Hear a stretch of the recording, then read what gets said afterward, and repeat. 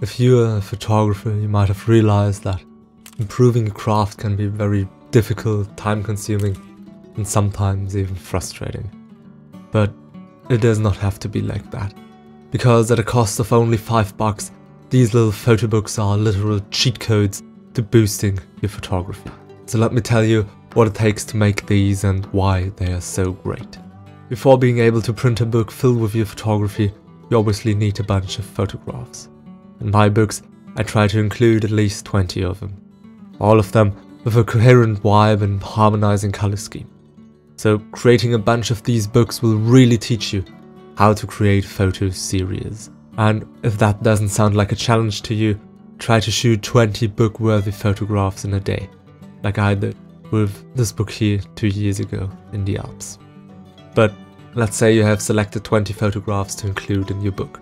Now it's time for printing.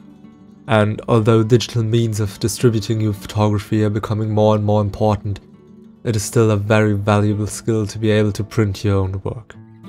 And making these little photo books teaches you exactly that. Because when you begin, you don't start with a blank page, you start with no page at all.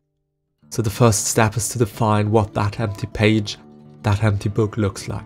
You must decide what type of binding, what aspect ratio, what size, if you want a hard or soft cover, and what paper to use. All these decisions will have an incredible impact on the look and feel of your book. But now it's finally time to add your pictures. And that's the part where you can really get creative. Don't just place them in the middle like I did a few years ago, but experiment. Always keep in mind the size of your book.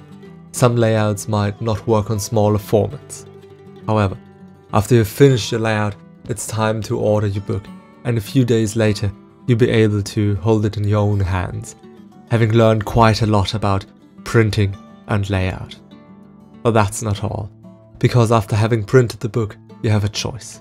Keep it or give it away.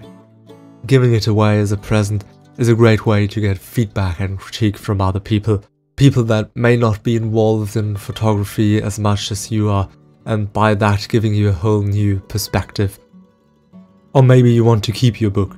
In that case, I'd recommend placing it somewhere in your room for you to look at. And that way, you can evaluate your mistakes every time you open it. And by doing so, by looking at your mistakes, you are improving. I hope that you enjoyed this short video and maybe found something interesting or inspiring. Now, there is obviously a lot more to printing your photography. From editing on a color accurate screen, things you must do in editing, or the export settings you have to use. So if you have any questions, feel free to ask them in the comments. If you want to see more of these weekly videos, subscribe. Until then, see you next week.